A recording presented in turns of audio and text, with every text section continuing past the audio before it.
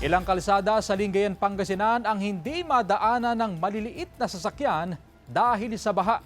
Narito ang report. Dahil sa pag-uulan na bunsod ng habagat at nagdaang bagyong Luis, binaha ang ilang kalsada sa Lingayen, Pangasinan.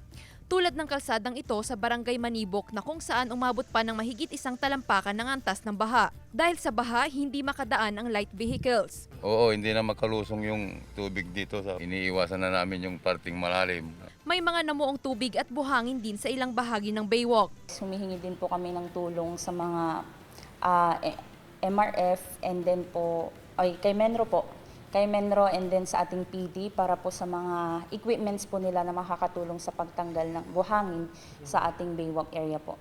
Bagamat walang gale warning, pinaalalahanan ng MDRRMO ng Binmali, Pangasinan ang mga mangingisda na hanggat maaari wag munang pumalaot. As much as possible, wag silang mapapalayo dun sa kanilang paglalayag. So kasi hindi natin kung ano itong ibibigay ng dulot na itong malakas na ulan para mas safe sila. Mas maganda, mas safe po sila.